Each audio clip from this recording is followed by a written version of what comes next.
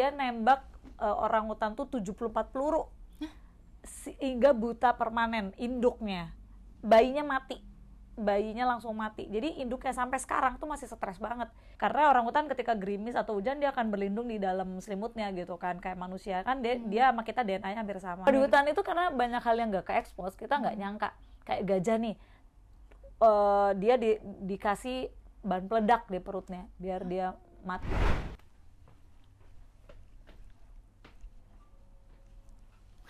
Oke, selamat datang Rere di Good Talk. Iya.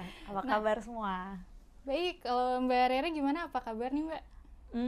Kurang sehat. Kayaknya aku kecapean nih, suaraku udah mulai serak-serak. Apa perlu mau ngambil minum dulu atau gimana? Udah. Oke. Kenapa tuh Mbak abis serak-serak gitu? Aku habis roadshow bukuku yang baru. Aku keliling kota di Indonesia, keliling kampus gitu-gitu. Makanya ini udah mulai hilang suaranya. Gimana?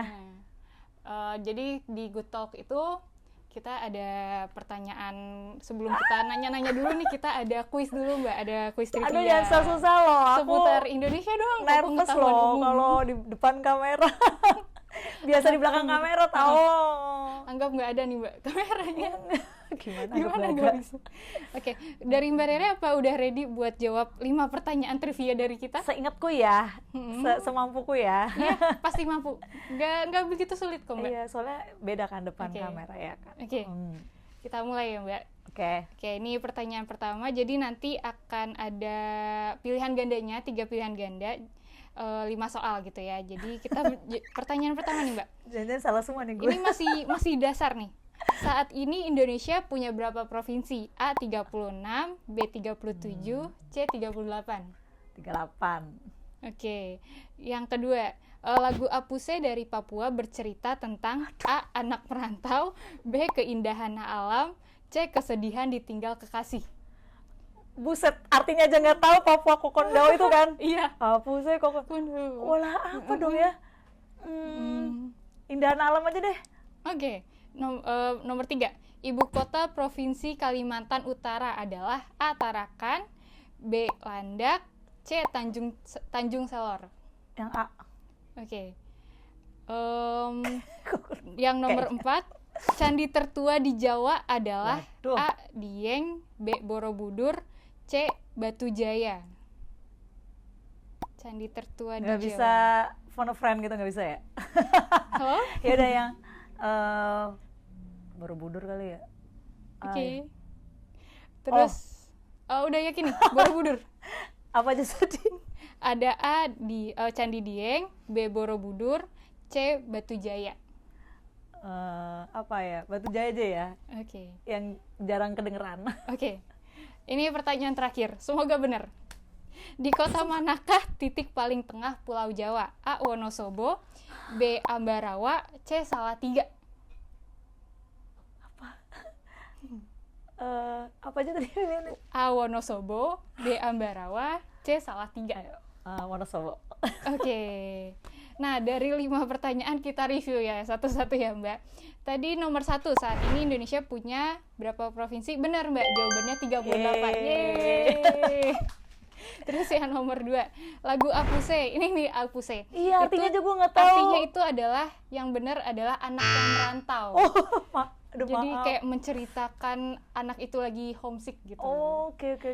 Terus yang nomor 3, ibu kota Provinsi Kalimantan Utara. Tadi jawabannya apa ya Mbak? Sorry, Tarakan kalau nggak salah. Enggak, yang A ya? Yang A, iya, yang A, Tarakan. Tadi jawabannya Mbak Rere yang A, tapi sebenarnya jawabannya salah. adalah Tanjung Selor. Tarakan itu adalah... Padahal aku udah pernah loh ke Kalimantan Utara, lupa. Kemudian yang nomor 4, Candi tertua di Jawa. Ini tadi hampir salah. Dan ternyata di kesempatan terakhir udah bener tuh, yaitu jawabannya Batu Jaya yang ada di Karawang. Jadi Batu Jaya itu ada pada abad ke-5 gitu. Kemudian untuk yang nomor 5 yang terakhir juga bener, di kota Wonosobo adalah titik paling tengah Pulau Jawa. Yeay. Ya salah 2 lah. Kalau nggak remet kalau ulangan ya. Ini setelah kita trivia mungkin kita lanjut ngobrol-ngobrol santai aja kali ya Mbak. Udah nggak ada ujian lagi, Tenang aja Mbak. Iya, oke. Oke, Ini kan Kak Regina sekarang lagi kesibukannya apa nih? Aku baru ngelahirin buku ya, terus sekarang lagi banyak roadshow, jadi aku keliling 16 kota dan kampus-kampus gitu. Karena bukunya juga soal campaign lingkungan kan, jadi sekaligus ya menyebarkan virus peduli kepada kota-kota lain gitu. 16 kota tuh kalau boleh tahu mana aja tuh? 16 kota, itu pertama ya Majalengka, Kuningan, Cirebon, Bogor, Bandung, kemarin Aceh sama Medan, udah 7 nih. Next akan di Purwokerto, Solo, Jogja, Malang, Surabaya, Lampung, dan Bali, ditutup Jakarta. Oh masih, berarti masih banyak. Sekitaran ya ada 9 kota lagi. Wah, cukup padat ya ternyata. Iya, begitulah. Dan satu kota tuh bisa 3 titik loh. Kemarin di Medan aku 3 kampus. Di UMA, UMSU, USU. Wow. Jadi artinya satu kota tuh belum tentu satu tempat. Bisa ada 2 lokasi. Kalau yang terdekat mau ke kota mana nih Mbak? Terdekat Purwokerto. Rencananya. Ada berapa titik itu di Purwokerto? So far masih 1 sih. Oke. Nggak sepadat pas di Medan ya berarti. Iya. Kan ini kakak aktif nih ya menjadi fotografer di alam liar ataupun di satwa yang dilestarikan gitu. Boleh diceritain dong Kak, kira-kira kenapa sih kakak tertarik di bidang ini? Kalau mau cerita agak lama nih kayaknya. Boleh, nggak apa-apa. Boleh. Kita dengarkan. Nggak, jadi aku tuh dulu jurnalis biasa sebenarnya. Dulu aku fotografer di kantor berita Antara kan. Terus belasan tahun lah di sana gitu. Motretnya ya motret liputan-liputan biasa gitu kan, demo gitu, terus apalah, misalnya kedatangan presiden apalah gitu-gitu kan. Nah pada suatu hari aku tuh nonton berita tentang pembantaian orang utan di Kalimantan gitu kan. Nah itu nggak aku tonton, jadi cuma sekilas doang. Di minggu depannya, di Sabtu yang sama, diulang lagi tuh tayangan. Nah itu aku nonton full. Abis itu aku terbang ke Kalimantan dan melihat langsung situasinya gitu kan, ngelihat langsung cerita-cerita, ngedenger langsung juga dari masyarakat lokal gitu kan. Itu kayak ih gila ya, kayak gini masa sih gitu. Dan akhirnya disitulah startnya, disitulah aku mulai terus ketemu orang utan langsung, lihat matanya gitu kan, ya ampun gila nih, gue harus berbuat sesuatu gitu kan. Ya akhirnya jadi juga tuh buku orang utan yang kulahirkan di 2012. Di tahun 2012 tuh roadshow beberapa kota juga, pameran tunggal juga gitu kan. Karena ya aku pikir aku bisa motret, bisa nulis, ya aku bantu paling dengan itu gitu. Tapi selama kakak terjun di bidang ini gitu ya, harus ke hutan dan lain-lainnya, apa sih Kak tantangan terbesarnya kakak selama kurang lebih udah beberapa tahun ini? Iya, dari 2011 sih udah pertama penasaran kan, suka mulai stalking lama-lama jatuh cinta beneran gitu. Ketika cinta kan kita mau berbuat apapun ya, maksudnya berkorban bahkan gitu. Ya paling berat biasanya di duit. Karena kan nggak murah tuh terbang ke sana kemari gitu kan. Terus juga ketika masuk ke dalam hutan tuh kan ya kayak di Kalimantan dulu saya terpaksa harus sewa kendaraan lagi kan nggak ada ojek online gitu kan.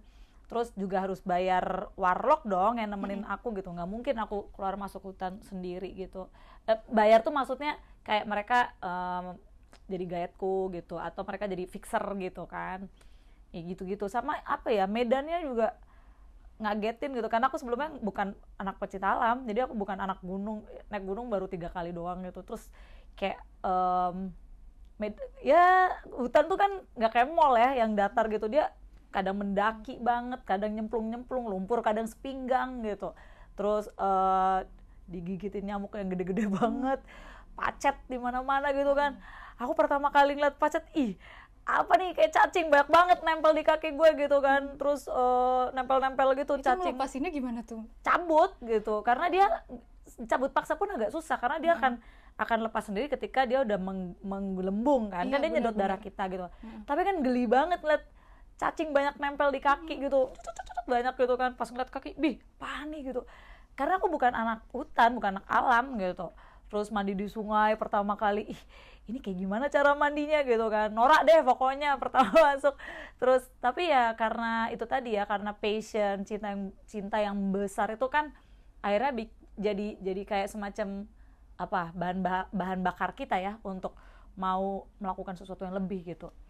Ya itu sih paling, duit, mental, fisik juga. Makanya aku juga harus rajin olahraga gitu, karena ngefek banget tuh ke nafas, kaki gitu. Makanya kalau nge-gym aku biasanya main kaki gitu, karena ya gitulah. Kadang kalau udah turun tuh udah pegel iya banget, udah rem kampas rem gua sampai habis, sampai pegel, lutut tuh udah geter gitu. Tapi ya memang harus fisik gitu, harus kuat juga. Tapi kalau untuk yang persiapan mental apa aja tuh Kak, kalau misalnya mental tuh gimana ya, masuk hutan tuh kan serem ya. Kalau orang awam tuh serem loh, tapi bagi yang udah biasa mungkin baik-baik aja gitu. Ya kita kan anak mall terus tiba-tiba masuk hutan yang kayak pohonnya gede-gede banget, terus kayak ya kan di dalam itu banyak binatang liar gitu kan, terus juga belum lagi yang cerita goib-goib apa gitu, terus medannya juga ekstrim kan. Jadi sebelum masuk situ ya memang mentalnya harus harus kuat juga tuh mental gitu. Kalau kita setengah-setengah, aduh iya enggak ya gitu kan, belum jalannya tuh jauh banget. Kalau di hutan kan kita ya harus ngandelin badan kita sendiri kan. Kalau jalan ya bisa berkilo-kilo gitu, masuk ke dalam nyusurin hutan gitu kan gitu. Aku dengernya kayak wow, sekuat. Aku juga kadang kalau mikir aku sendiri, wow juga ya ternyata. Setelah pulang baru wow. Pas pulang baru berasa remuk gitu ya. Iya, pijet gitu, langsung dah. Tapi kan mungkin dari kawan GNFI gitu ya, masih awam gitu sama proses dari fotografer di alam liar. Kalau misalnya boleh dikasih tahu gitu, untuk prosesnya sendiri kayak gimana sih Kak? Semua apapun yang mau saya foto itu memang saya selalu melakukan riset gitu. Ini ini saran buat apapun yang kamu mau foto gitu, kamu harus riset dulu gitu, supaya ketika kita datang ke suatu lokasi kita nggak buang-buang waktu, terus juga foto mungkin lebih bagus gambarnya mungkin ya, terus juga ya lebih efisien lah. Sama masuk hutan juga harus riset gitu, dan kita harus banyak nanya, jangan belagu deh gitu loh, jangan konyol juga gitu. Tahu gitu ya. Misalkan ketika aku ikut pemasangan GPS collar di lehernya gajah liar nih, jadi kita jalan masuk hutan di Jambi tuh, jalan berkilo-kilo tuh cuma nyari gajah liar nih untuk dipasangin GPS-nya. Jadi tapi sebelum masuk aku nanya-nanya dulu sama yang ngerti gitu kan, jangan kita sok-sokan bawa kamera petantang-petenteng gitu kan. Nanya dulu misal, bang ini kalau seandainya nih, kan gajah tuh selalu gerombol ya, pas ditembak jebret satu kan yang lainnya nyingkir tuh ke kanan kiri. Seandainya dari mereka ada yang ngejar kita, apa yang harus kau lakuin misalkan gitu. Oh nanti kalau kamu dikejar gajah ya di tengah-tengah, kamu lakukan ini gitu misalnya. Atau misalnya, bang kalau saya di dalam nanti begini-begini gimana ya gitu. Oh nanti kamu gini. Bahkan masih di Jakarta aja atau masih di Jawa, aku udah nanya nih, apa yang harus ku siapin, apa yang harus ku bawa gitu. Terus, oh Mbak Rere jangan lupa bawa sleeping bag misalkan. Terus bawa kaos kaki tebel kalau takut pacet misalnya. Bawa sarung atau jari buat mandi sungai gitu. Apalagi gitu, kayaknya udah cukup gitu kalau kayak gitu misalnya. Jadi kayak kita nggak boleh sotoy juga, apapun kita harus riset dulu. Termasuk kayak aku motret orang hutan nih, aku masuk hutan, aku nanya dulu orang hutan tuh jam berapa sih keliaran di hutan gitu. Oh mereka bangun pagi jam 5 gitu, mereka bangun jam 5 dan mereka akan keliaran mencari makan dan bermain di pohon itu sampai jam 11-an. Jadi range waktuku adalah dari jam 7 sampai jam 10 lah gitu, sampai jam 11 gitu kan. Disitulah kita kemungkinan ketemu, itu pun belum tentu. Kalau nggak musim buah agak susah nyari dia gitu. Nah jadi udah kita jalan dari subuh atau dari pagi gitu kan. Kalau udah jam 12 lewat, kalau memang nggak nginep, nggak ngecamp ya mending balik gitu. Atau kalau udah mau hujan nih, karena orang hutan ketika gerimis atau hujan dia akan berlindung di dalam selimutnya gitu kan, kayak manusia kan dia sama kita DNA-nya hampir sama. Jadi nanya dulu biar nggak sia-sia juga jauh-jauh ke sana, mendung-mendung kita paksain nggak bakal ketemu misalnya gitu. Jadi ya seperti itu sih, riset-riset dulu lah. Tapi kalau dari Kak Reginanya sendiri, apakah ada tim yang menemani kah atau memang solo aja? Solo, cuma nyampe di lokasi pasti ada temen yang nemenin. Oh wow. Terlalu konyol ya masuk hutan sendiri atau diving sendiri kan juga nggak boleh kan. Iya, nggak boleh. Jadi kita biasanya aku ngontak NGO lokal misalnya, atau Polhut atau Warlock mungkin gitu. Jadi yang bisa nemenin aku di dalam gitu. Bisa pulang pergi, tektok nginepnya di desa misalkan, atau kita ngecamp di dalam hutannya gitu. Itu tergantung kebutuhan. Berarti dari mulai riset, pas foto-foto sampai after foto-foto juga semua sendiri. Iya. Wow. Keren banget. Tapi di dalamnya nggak sendiri ya.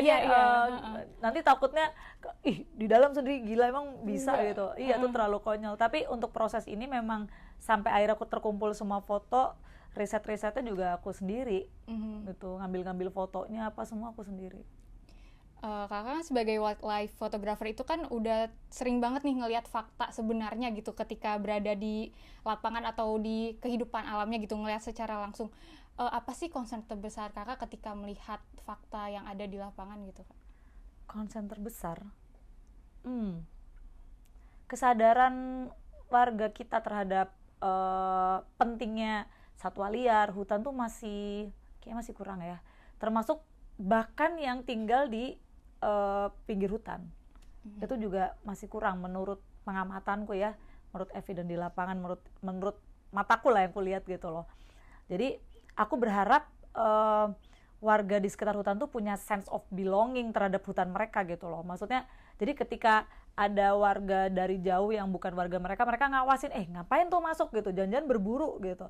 Jadi maksudnya mereka harus merasa memiliki, jangan ganggu hutan gue dong, kalau hutan gue gundul atau rusak, kan yang kena kita duluan nih gitu loh. Maksudku, walaupun hutan tuh kan dampaknya buat kita semua ya, cuma yang kena dampak buruknya pasti yang terdekat dulu gitu loh. Jadi maksudku, kalau bisa tuh harapanku adalah kita yang di kota sadar, lebih lagi yang di pinggir hutan gitu, supaya yang jaga itu ramean, yang jaga hutan, yang ngawasin, yang care itu ramean gitu, nggak cuma aktivis, orang NGO doang atau pemerintah yang beberapa gitu sih.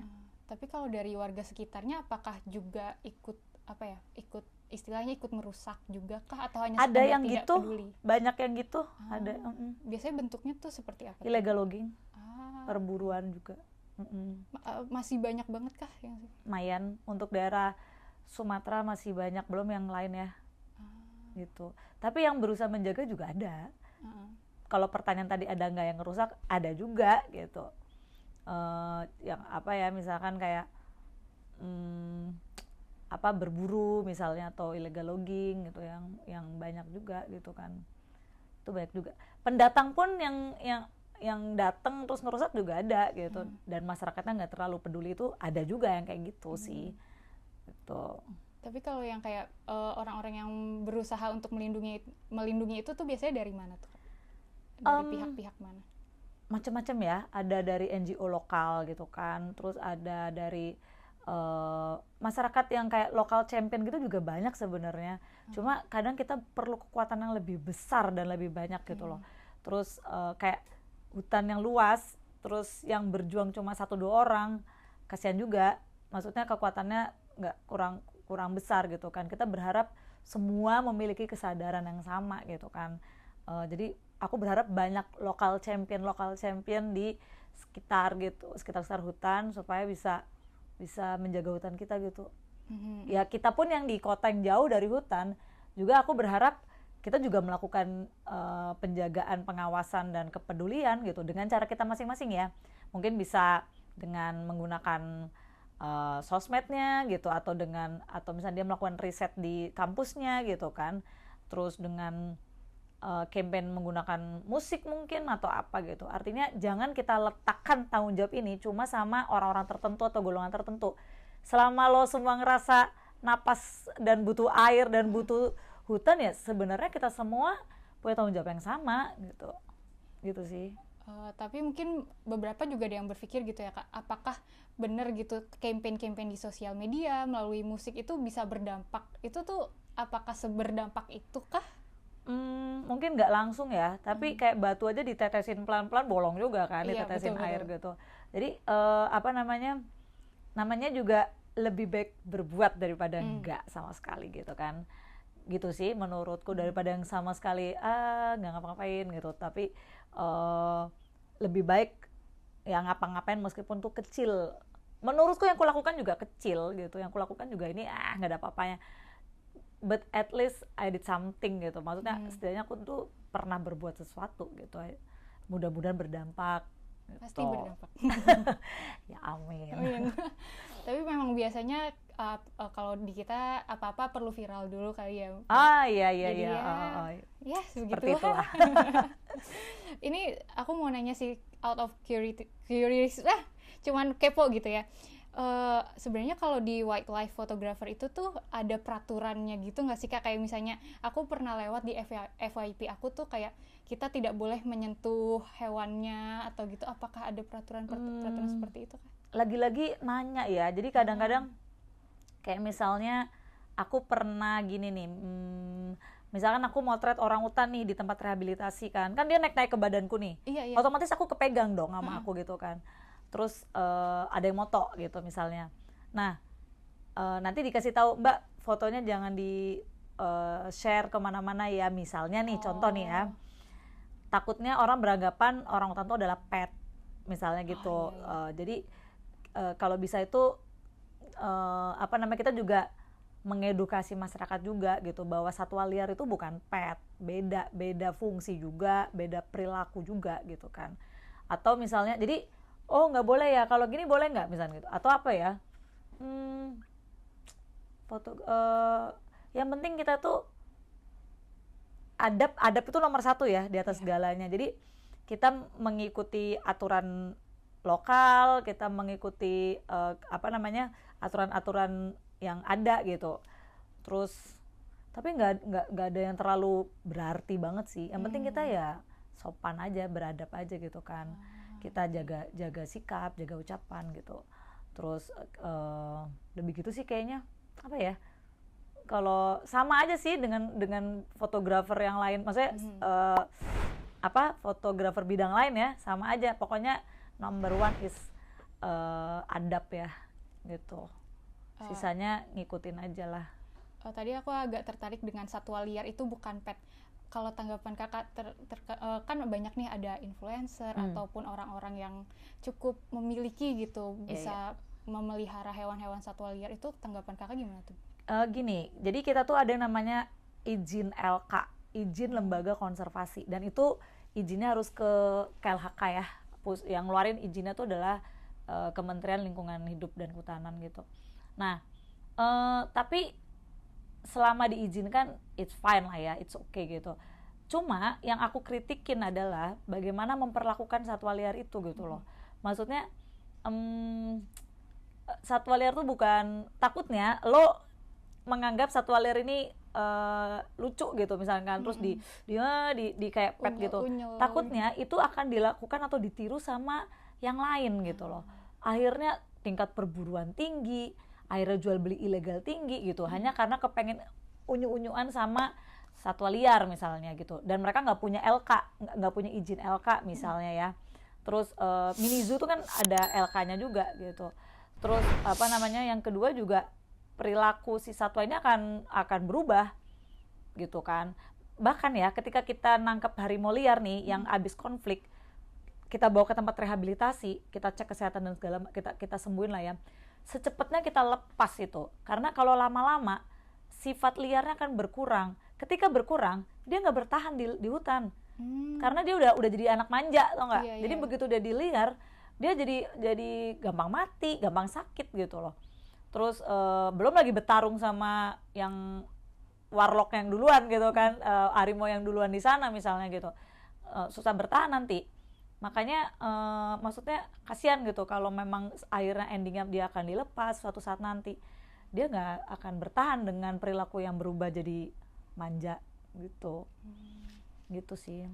Berarti memang kalau yang satwa-satwa liar yang sudah dijadikan pet, ya sudah dijadiin pet aja gitu, nggak usah dilepas liarkan atau gimana? Enggak, maksudku adalah ketika dia punya izin LK ya sudah gitu, misalnya kayak mini zoo gitu ya.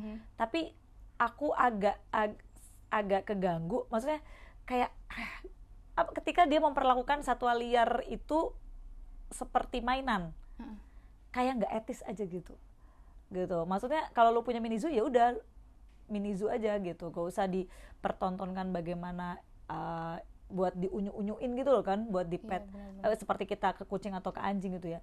Karena kasihan gitu loh si satwa ini, perilakunya akan berubah gitu kan, dan daya tahannya akan turun juga kalau kayak gitu. Terus juga, nah masalahnya bukan itunya sih Lina, tapi dampak yang nonton. Iya benar-benar. Yang nonton akan melihat, oh orangutan ternyata lucu ya, harimau ternyata lucu ya, cari gitu. Sementara mereka nggak punya izin LK, perburuan meningkat gitu loh, karena melihat ini kok lucu gitu. Ke situ juga dampaknya gitu. Jadi nggak usah, karena itu dilindungi ya. Nah takutnya karena misinformasi, masyarakat banyak permintaan untuk perburuan, banyak nyari gitu kan, banyak udah habis lah yang di hutan itu kan. Gitu. Oke, balik lagi nih Kak ke soal foto-foto. Boleh dong Kak diceritain, ada nggak sih Kak hasil foto yang menurut Kakak tuh berkesan banget backstory-nya? Apa ya, kayaknya semua foto tuh berkesan ya, semua peristiwa itu apa ya, oh mungkin ini nih, jadi ada bukuku yang judulnya Before It's Too Late, itu covernya adalah Erin, gajah di Waikambas yang dia putus belalainya. Itu aku ketemu 2016, dia masih baru di rescue tuh. Jadi dia udah hampir mati di dalam hutan karena kena jerat. Karena kena jerat ininya apa namanya? Belalainya. Jadi udah hampir mati, dan udah ditinggalin sama rombongan gajah yang lainnya. Untungnya dia ketemu sama ranger di Waikambas, akhirnya diselamatin. Tapi harus dioperasi karena udah sangat mengganggu pernafasan, udah mau mati tuh. Digunting pendek, dipotong pendek, dioperasikan supaya dia tetap hidup. Jadi pendek banget gitu. Wah tuh sedih banget sih aku ngelihatnya. Terus beberapa kali aku ke Waikambas cuma buat beliin dia nanas, buah gitu. Dan karena gajah dia ingatnya kuat ya, sampai sekarang dia, kemarin terakhir aku kesana sih dia inget gitu. Jadi dia dari jauh tuh lari nemuin aku, masih inget. Sama apa ya, proses lepas liar orang hutan, harimau tuh juga emosional banget ngelihatnya gitu loh. Antara bahagia kan, mereka akhirnya lepas di hutan gitu, tapi di sisi lain tuh kayak aduh aman gak ya lo di dalam nanti gitu, takutnya lo diburu, dibunuh gitu kan. Jadi sedih dan campur aduk lah. Atau pas aku ikut penangkapan perburuan liar, pemburuan. Jadi kita nangkep pemburu, dia bawa harimau udah mati gitu. Waktu itu di Jambi, di Aceh pernah juga, di Kuta Cane, di Jambi pernah juga. Di Jambi malah tembak-tembakan nangkepnya tuh. Pemburunya ternyata keluar bawa senjata api. Itu aku sama Gakum sama Polhutnya Jambi tuh, kita ngejar gitu. Terus dia mau lompat ke jembatan, mau nyebur sungai nih, mau kabur kan. Terus kita diambil. Baru udah aku keluar dari mobil karena bunyi dar, wah gue di mana nih gitu kan, motretnya ya nggak kelihatan pelurunya. Terus udah aku sembunyi dulu di dalam mobil. Baru mobil pun masih di balik jok, aku sembunyi, takutan nembus kaca kayak di film-film gitu kan. Ternyata kaca mobil nggak segampang itu juga, kena bolong gitu. Terus pas ketangkep ya rasanya ya emosi lah gitu. Gila lu ya, bunuh-bunuhin harimau gitu kan.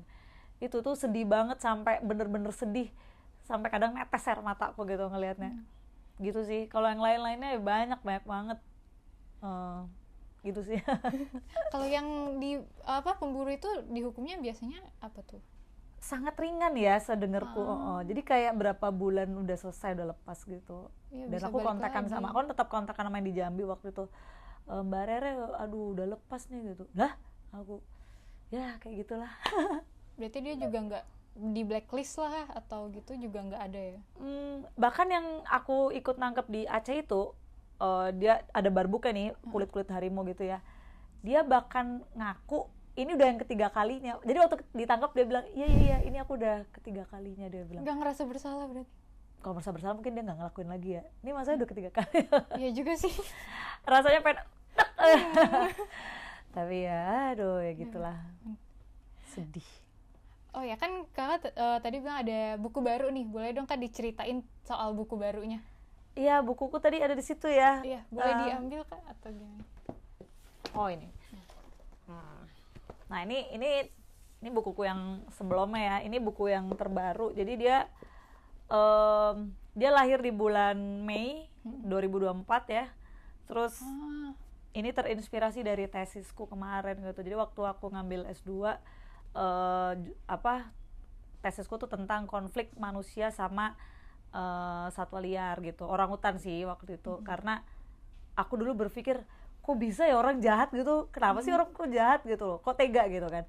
Terus ya udah akhirnya setelah lulus aku mencoba membuat photobook lagi kayak yang sebelumnya ya, nih dengan cover harimau putus kakinya gitu. Itu kenapa tuh Kak? Dia kena jerat juga di Aceh.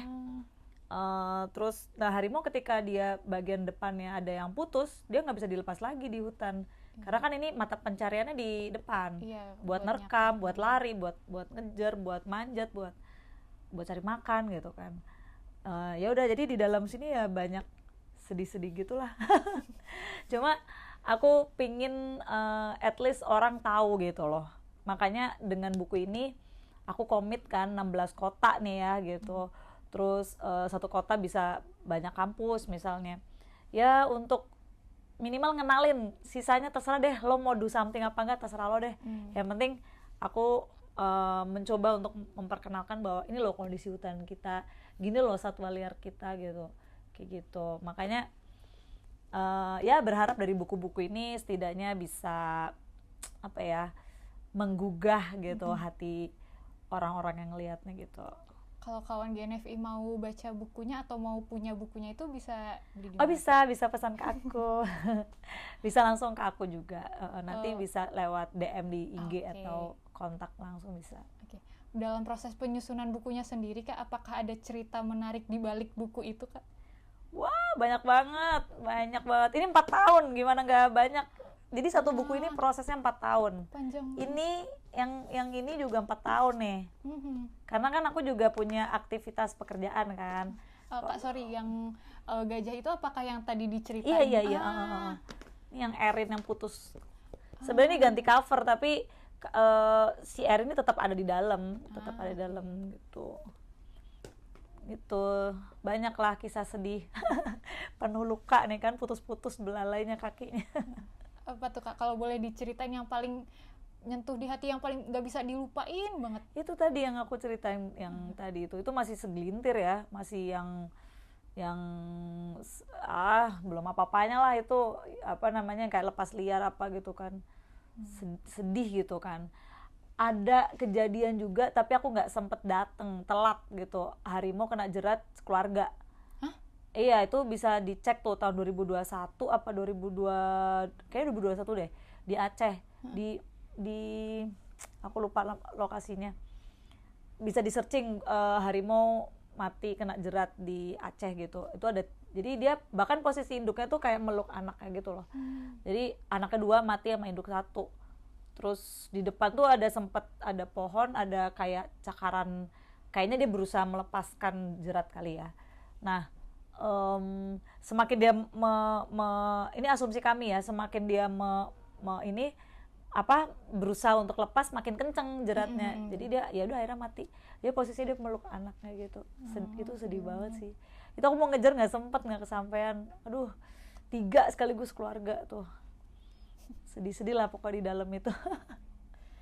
Ini ya kayak kok bisa gitu kejadian gitu. Termasuk Hope. Kenapa namanya Hope ini judul buku ya?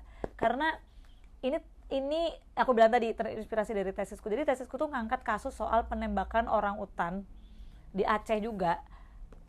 Jadi viral nih, anak ini dia nembak orang utan tuh 74 peluru. Sehingga buta permanen induknya. Bayinya langsung mati. Jadi induknya sampai sekarang tuh masih stres banget kalau dengar suara manusia. Dia histeris gitu sampai detik ini. Padahal udah dari 2019 tuh, udah berapa tahun berlalu, masih stres. Ya kamu bayangin aja, orangutan tuh kan DNA-nya hampir sama dengan manusia ya, sekitar 95% mungkin. Nah, Kamu bayangin seorang ibu-ibu lagi gendong anaknya nih baru lahir, terus tiba-tiba diberondong peluru, atau pasti, dan langsung langsung buta, langsung nggak bisa lihat, bayinya mati lagi, malnutrisi karena bayinya nggak sempat kena asinya dia, mati jadinya. Terus makanya judulnya Hope, karena akhirnya si induk yang buta itu dinamain Hope gitu. Itulah makanya di balik cover ini namanya Skiblat ya.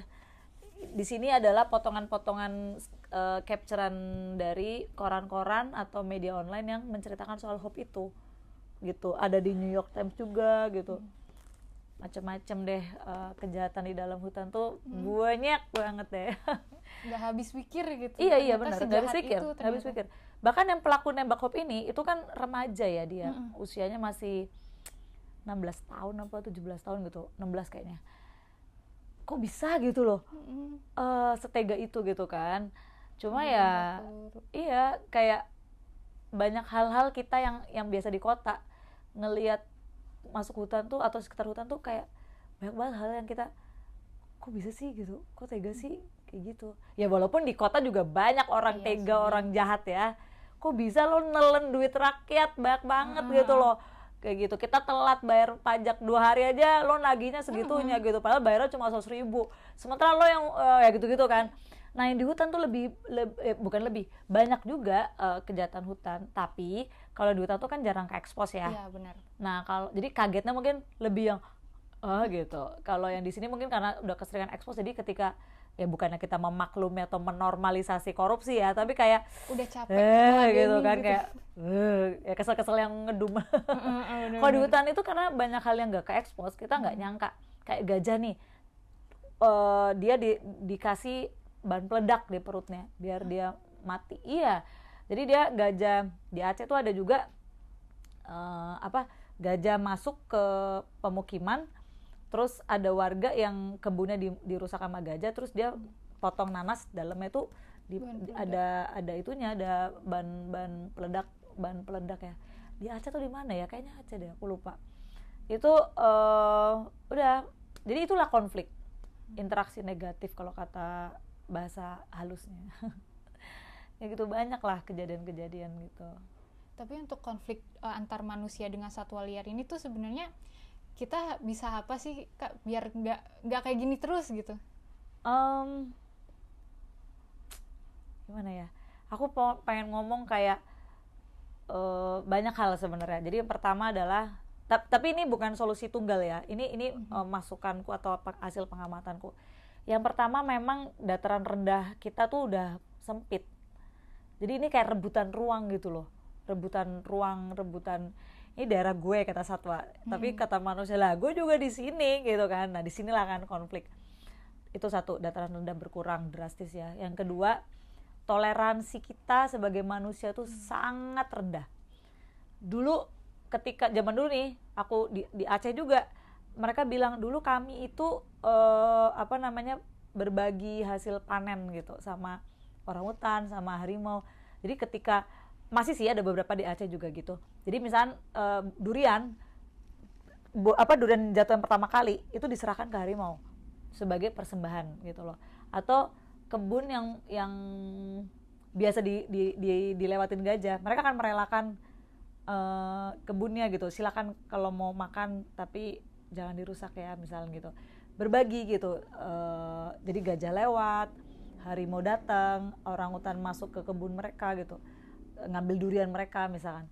Dulu nggak terlalu tinggi tingkat konfliknya gitu. Karena mungkin adat mereka kuat juga gitu kan. Kalau sekarang bisa jadi karena banyak pendatang juga gitu, terus tidak tercatat ya juga, kearifan lokal tuh nggak kecatat gitu loh. Jadi ajaran-ajaran orang zaman dulu tuh nggak ada jejaknya. Turun menurun dari lisan kan soalnya. Jadi itu tadi terus orang udah sibuk main handphone, gadget, sehingga hal-hal kearifan lokal tuh pelan-pelan hilang, pelan-pelan pudar gitu. Banyak sih ya, jadi nggak cuma dataran rendah yang hilang, toleransi kita juga udah mulai menipis gitu kan. Terus rasa belas kasihan kita juga udah mulai berkurang gitu.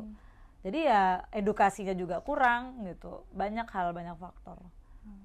Oke deh Kak, kalau gitu kita pertanyaan-pertanyaan dari netizen nih masih nyambung dengan pernyataan-pernyataan Kakak yang sebelumnya. Kita masuk ke netizen bertanya ya Kak. Ini kita ada pertanyaan dari @masjuang. Kalau menurut Kakak nih, untuk menanggapi konflik antar satwa dan warga yang masih sering terjadi, kita sebagai orang yang tinggal di kota gitu ya, harus apa gitu? Bisa apa nih kita? Ya. Kemarin juga ada mahasiswa yang nanya gitu ya di Medan. Terus aku bilang, mungkin kalian bisa mulai dari melakukan misalkan riset-riset penelitian kayak skripsi, atau misalkan, jadi dari situ kan mau nggak mau dia baca dong, iya, literasi gitu kan.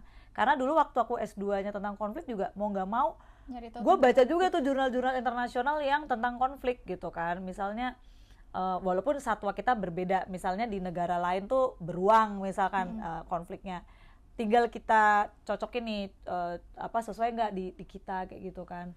Nah intinya mungkin dengan melakukan penelitian seperti skripsi, tugas kuliah kayak gitu, itu menurutku ngefek juga buat si orang yang baca ya. Terus juga sosmed ya, kita menggunakan sosmed sebagai bahan campaign misalkan kayak gitu. Terus ya mungkin itu anak kota bisa lakuin ya, meningkatkan literasi mereka gitu loh. Dan dengan literasi itu aku rasa mereka akan bisa melakukan sesuatu gitu. Karena hatinya tergerak. Hatinya tergerak, otaknya kebuka ya kan. Dia jadi, oh ternyata kayak gini, berarti gue harus kayak gini nih. Apa gue bikin komunitas ya gitu. Dia akan melakukan, buntutnya akan ada itu aku rasa. Kayak gitu. Jadi mungkin bisa dimulai dari bikin itu skripsi lah, penelitian, atau memanfaatkan sosmed gitu kan. Gitu. Oke, pertanyaan selanjutnya nih Kak. Dari @Andreas Garcia, Kak, bagaimana dengan RUU Perlindungan Satwa Liar di Indonesia? Menurut Kakak, apakah perlu ditinjau lagi dan kenapa? Kemarin yang Undang-Undang Nomor 5 Tahun 90 itu kan juga lagi di ini lagi tuh, lagi ditinjau lagi kan. Karena banyak yang nggak relevan soalnya. Tahun 90 di 2024. Terus juga hukumannya juga kayak nggak bikin jerak gitu ya. Ya maksudnya kayak banyak yang nggak relevan gitu ya. Tapi aku rasa semua yang berbau dengan kebijakan lama itu perlu ditinjau kembali sih.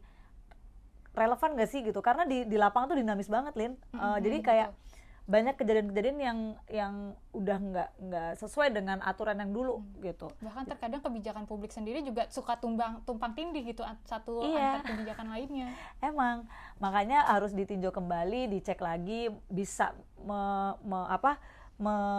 merangkul akademisi mungkin atau NGO lokal gitu. NGO lokal kan yang ngerti masalah di tapak loh gitu kan. Terus masyarakat lokal juga kita tanya kan bagaimana pendapat mereka gitu-gitu. Terus jadi nggak mutusin sendiri, tapi sekarang gimana lo bikin aturan kebijakan sementara lo nggak pernah ke hutan, lo nggak pernah ke pinggiran hutan, lo nggak pernah ke tapak, lo nggak tahu masalahnya, lo nggak tahu situasinya, terus lo bikin aturan gitu loh. How come gitu kan, lucu gitu kan. Terus misalnya gini, kita juga nggak melulu satwa liar ya, kita juga harus mikirin masyarakatnya dong gitu. Masyarakat wajar mereka marah, kebun mereka misalkan untuk bayar anak sekolah dimakan rame-rame nih sama orang hutan misalkan kan, wajar mereka marah. Bagaimana kita ngomong sama orang marah? Nggak mungkin kita bawa bahasa konservasi gitu loh. Bahasa konservasi itu terlalu berat untuk orang lapar. Terus jadi bagaimana kalian tuh masuk, kalian tuh buat orang-orang lain yang ngerasa lah ya, yang terkait. Bagaimana kalian tuh masuk ke tapak gitu kan, atau bikin aturan, lu tahu situasi dan kondisinya gitu, nggak main ini nggak boleh gitu. Coba tanya deh masyarakatnya. Terus coba cek deh peraturan yang lama misalnya. Terus kenapa kok ada warga di sini? Kenapa kok bisa warga bikin rumah di dalam hutan lindung misalnya, atau taman nasional gitu? Terus ternyata misalnya nih batas hutan taman nasional sama batas administrasi dari Kementerian Dalam Negeri tumpang tindih misalkan. Siapa yang mau disalahin kayak gini gitu kan? Jadi ya kayak gitu, misalnya batas hutannya segini nih, ini taman nasional, ini bukan.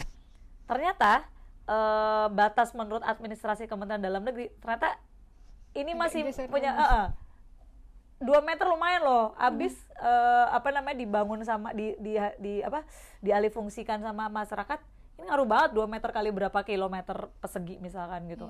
Jadi cek juga aturannya tumpang tindih nggak, seperti yang kamu bilang tadi kan. Jadi jangan asal-asal bikin aturan gitu. Lihat juga, datang dong ke bawah gitu, lihat bagaimana di bawah gitu. Karena banyak loh tumpang tindih beneran. Banyak banget. Tata batas itu nggak one map gitu loh. Itu ada kejadiannya, ada. Jadi akhirnya konflik horizontal, nggak cuma sama satwa ya, manusianya juga, polisi hutan sama masyarakat yang melakukan illegal logging. Bagi polisi hutannya ini adalah illegal logging, bagi ini enggak, ini masih batas kami gitu. Antar lembaganya juga punya egonya sendiri gitu kan. Dalam pemerintahan aja juga beda-beda loh. Jangan dipikir satu kementerian, satu pemerintahan itu satu suara, enggak. Beda-beda. Bahkan satu gedung aja, satu ruangan aja bisa beda keputusannya gitu. Makanya memang kita harus sinkron ya semuanya gitu, harus sinkron visi misi, sinkron hati, sinkron pikiran, semuanya gitu. Cuma kayak agak susah ya nyingkronin semuanya. Banyak orang soalnya. Itu banyak orang, bener. Oke, ini pertanyaan final sih Kak. Hampir masih selinear gitu dengan yang sebelum-sebelumnya. Kalau menurut Kakak nih, seperti apa sih Indonesia di tahun 2045 nanti? Apakah akan menjadi Indonesia emas atau menjadi Indonesia cemas? Waduh. Ini pertanyaan signature dari Good Talk sih. Jadi kita tanyakan semua ke narasumber gitu. Oh gitu ya? Iya. Oke. Intinya gini, kalau menurutku ya, kita nggak bisa ngandelin pemerintah doang gitu loh. Ya, bagi yang pesimis ya pasti pesimis ya kan, gitu, ngelihat situasi politik yang gitu. Terus cuma kita harus berperan aktif semua. Kita nggak bisa ngandelin pemerintah doang. Kita nggak bisa ngandelin kayak pihak atau instansi tertentu doang gitu loh. Ya kita harus bergerak aktif juga. Karena kalau kita semua diem aja gitu kan, ya udah kayak apa yang kita kepengen juga bahkan mendekat pun enggak gitu. Jadi memang dari kitanya juga harus aktif, kitanya juga harus kritis ya. Terus kitanya juga intinya berikan yang terbaik untuk negeri ini gitu. Bagaimanapun ini adalah negeri tercinta ya, maksudnya kita semua harus memberikan terbaik sumbangsi kepada negara gitu. Sebenarnya hal-hal kecil kayak gini juga menurutku aku berusaha menyumbangkan sesuatu untuk negara ini gitu kan. Terus apalagi buku-buku kayak gini atau buku-buku soal satwa dilindungi itu kayaknya jarang banget ada di Indonesia gitu kan. Kebanyakan yang motret-motret kayak gini tuh bule. Iya, terus kalau aku nenteng kamera masuk hutan, lah biasanya bule gitu. Ini udah bukan bule, cewek lagi gitu kan. Jadi aku berusaha membungkus ini dengan buku gitu, karena aku takut ini semua hilang gitu kan. Nanti kita cuma nonton di internet doang gitu. Jadi ya aku rasa cemas atau emas tergantung kita gitu. Karena kalau kita ngandelin pemerintah doang, aduh susah juga ya gitu loh. Memang kitanya juga harus aktif, produktif, kritis gitu sih. Dan do something walaupun untuk kecil buat negara kita. Oke, siap. Kita harus do something gitu ya. Iya dong. Oke, thank you banget nih Kak Rere atas waktu dan kesempatannya. Udah seneng banget bisa sharing-sharing sama Terima Kakak. kasih. Semoga bisa ketemu lagi di Good Talk lagi. Pas-pasan. Iya, makasih. Terima kasih undangannya.